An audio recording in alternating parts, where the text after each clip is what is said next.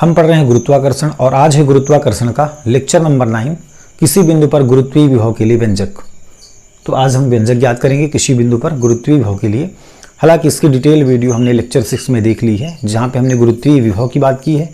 गुरुत्वीय विभव की परिभाषा क्या है, इसके मात्रक और विमीय सूत्र क्या है इसके, ठीक है। और गुरुत्वीय विभव है क्या और उसके डेरिवेशन की भी बात हमने की थी लेक्चर 6 में। लेकिन वीडियो को शॉर्ट करने के लिए हम आज केवल किसी बिंदु पर गुरुत्वीय विभव के लिए व्यंजक ज्ञात करेंगे। ठीक, इसके लिए अपन क्या करते हैं, हमें पता है गुरुत्वीय विभव है क्या, कि एकांक द्रव्यमान के पिंड को अनंत से विद्युत क्षेत्र के किसी बिंदु तक लाने में जो कार्य करना पड़ता है उसे हम कहते हैं गुरुत्वीय विभव। ठीक है, तो मान लेते हैं एकांक द्रव्यमान के पिंड को कहाँ लाएंगे, गुरुत्वीय क्षेत्र के किसी बिंदु तक। तो गुरुत्वीय क्षेत्र मान लेते हैं, अर्थ बना लेते हैं। ठीक है, ये अर्थ है, धरती हमारी, इसका द्रव्यमान है कैपिटल M। ठीक, अब इसके गुरुत्वीय क्षेत्र के अंदर लाएंगे, मतलब पिंड कहाँ हमारी स्थित है, अनंत पर। ठीक है, मान लेते हैं कि कोई इन्फिनिटी है, यहाँ पर है हमारी पिंड। ठीक है, अब इस अनंत से क्या करेंगे, अनंत से पिंड को लाएंगे कहाँ, इस गुरुत्वीय क्षेत्र के किसी बिंदु पर।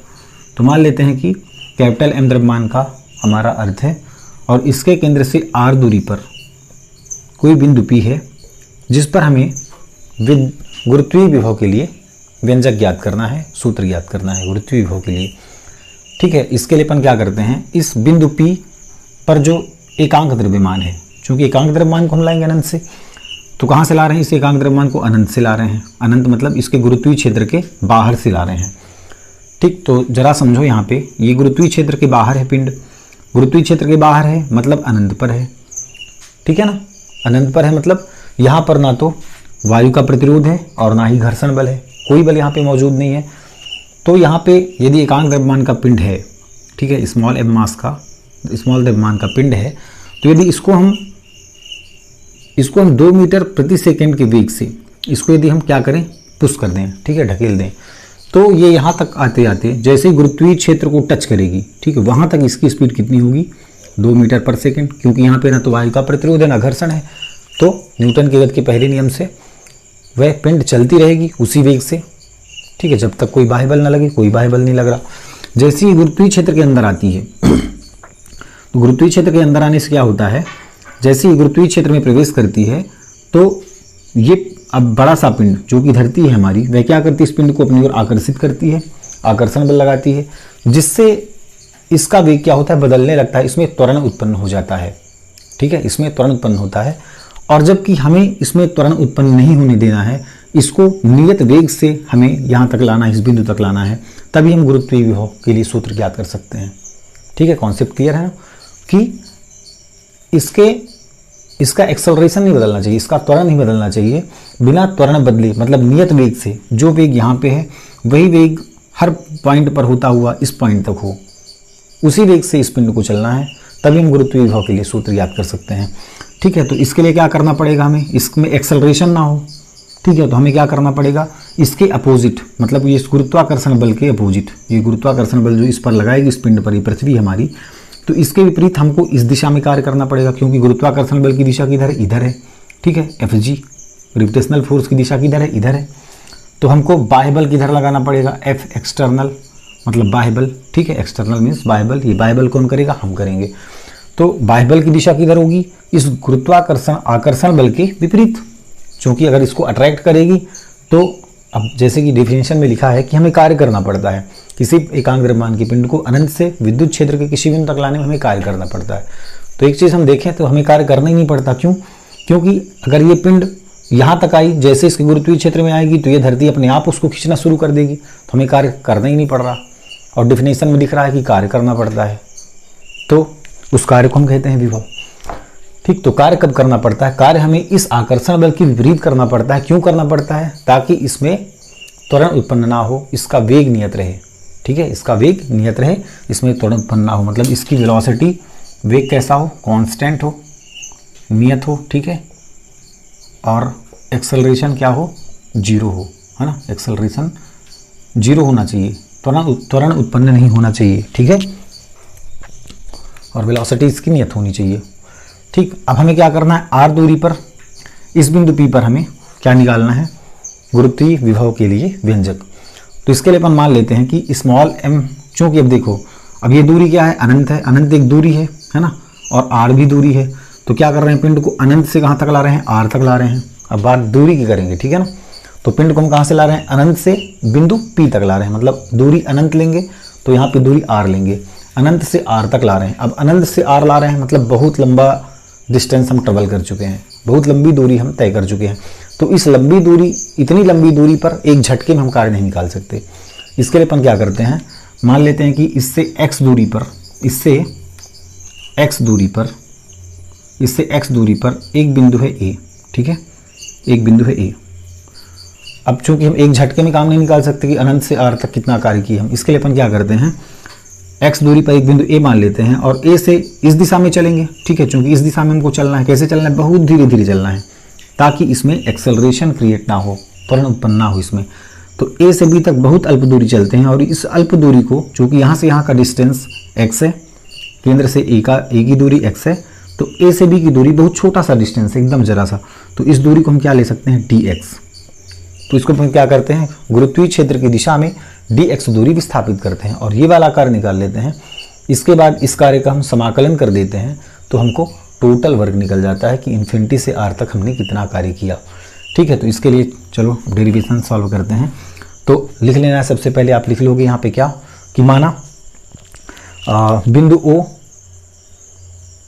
O क्या है, माना पृथ्वी का द्रव्यमान कैपिटल M है, ठीक है।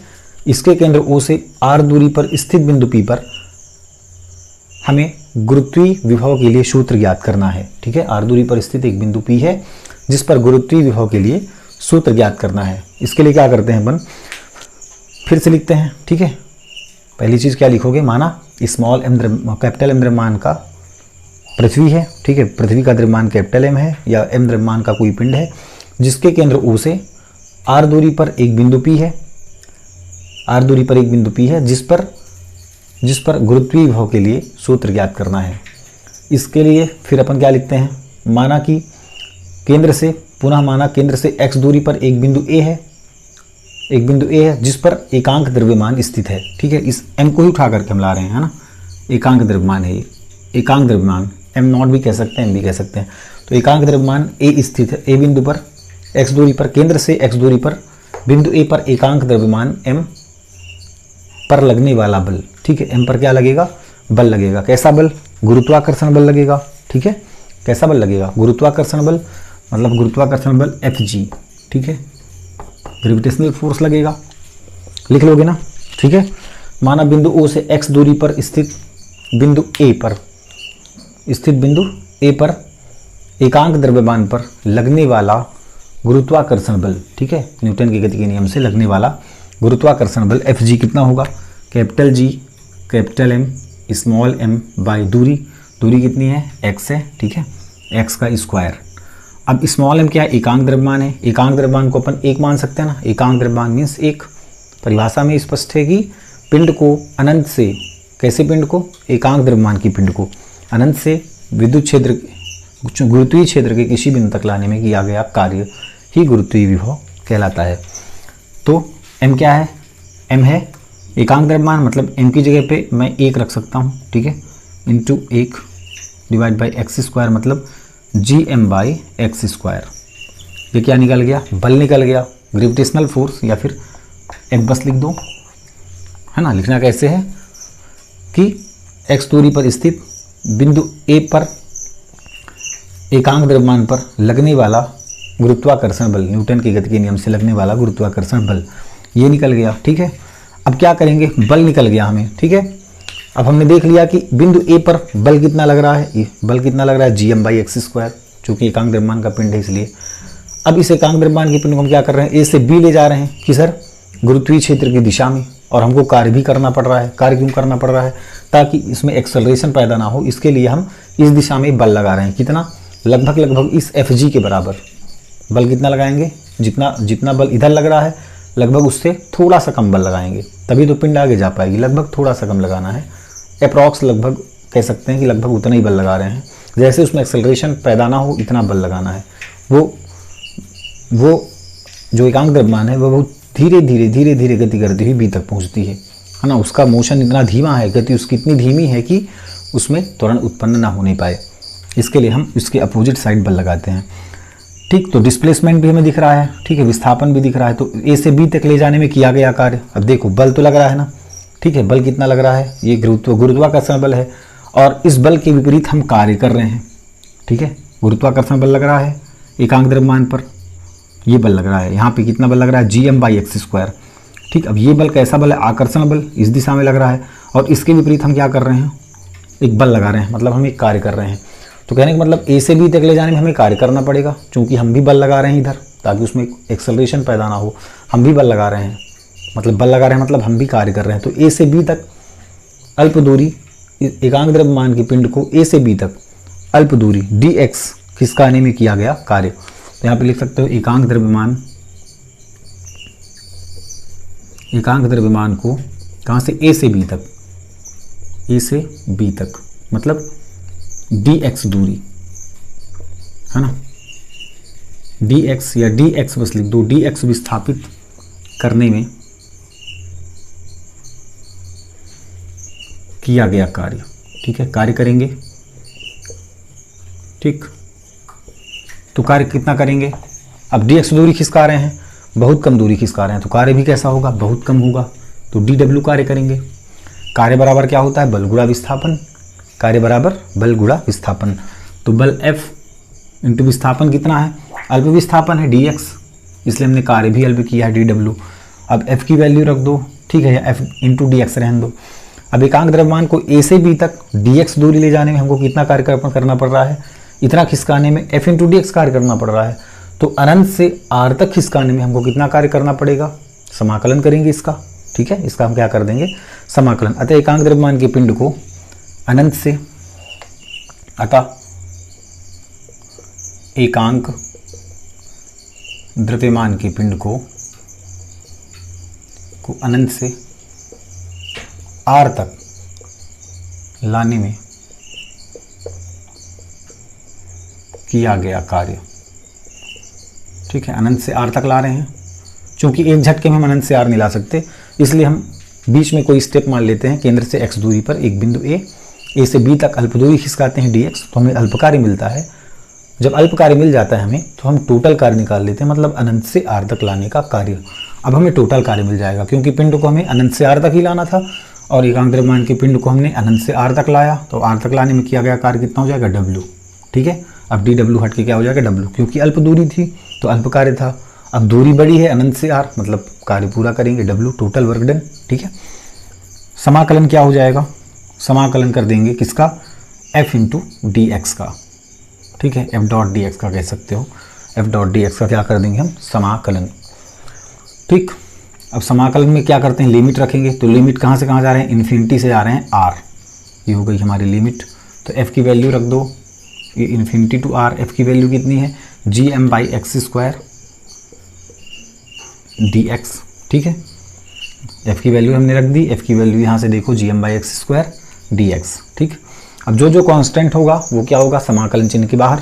तो g क्या है, सार्वत्रिक गुरुत्वाकर्षण नियतांक, तो ये तो कांस्टेंट है, सार्वत्रिक गुरुत्वाकर्षण नियतांक है, ये तो नियत ही होगा, इसको हमने बाहर कर दिया समाकलन चिन्ह की।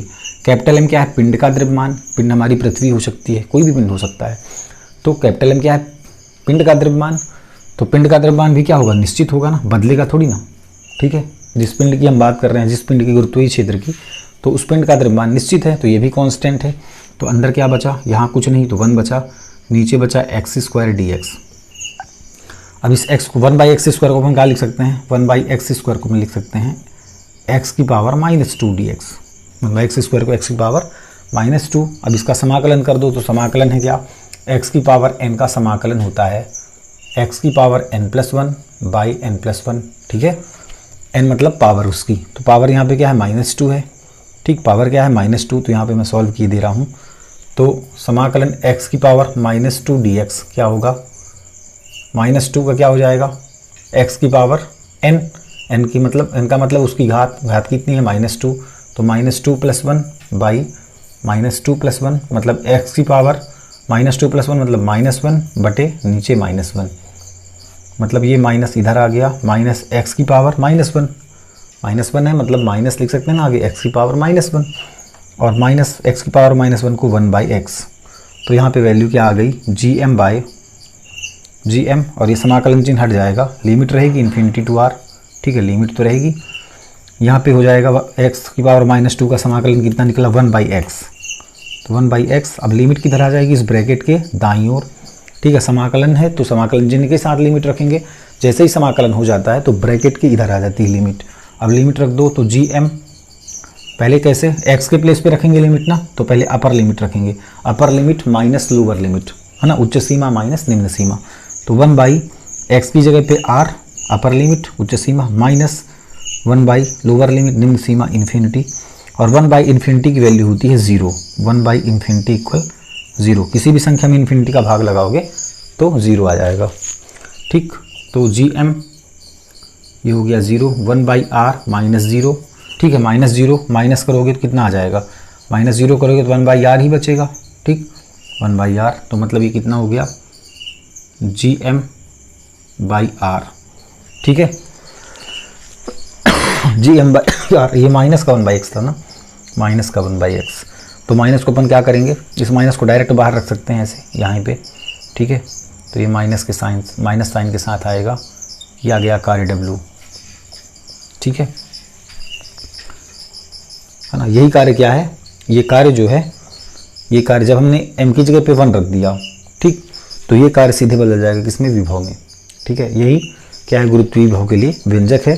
तो यहाँ W की जगह पे अपन v भी लिख सकते हैं, मतलब ये v के बराबर भी है, तो यहाँ पे v इक्वल भी लिख सकते हैं -gm/r, ठीक है, ये है किसी बिंदु P पर गुरुत्वीय विभव, है ना, किसी बिंदु P पर हमने गुरुत्वीय विभव फाइंड की है, दूरी क्या थी, इन्फिनिटी से r पर लाए, मतलब बिंदु P पर लाए हैं, तो बिंदु P पर गुरुत्वीय विभव कितना है, -gm/r, ठीक है, तो g का मान तो हमें पता है, यदि m पता हो, दूरी पता हो, तो विभव का मान हम निकाल सकते हैं। और ये ऋणात्मक क्यों आ रहा है, ये किया गया कार्य ऋणात्मक है, मतलब गुरुत्वीय विभव ऋणात्मक है, क्यों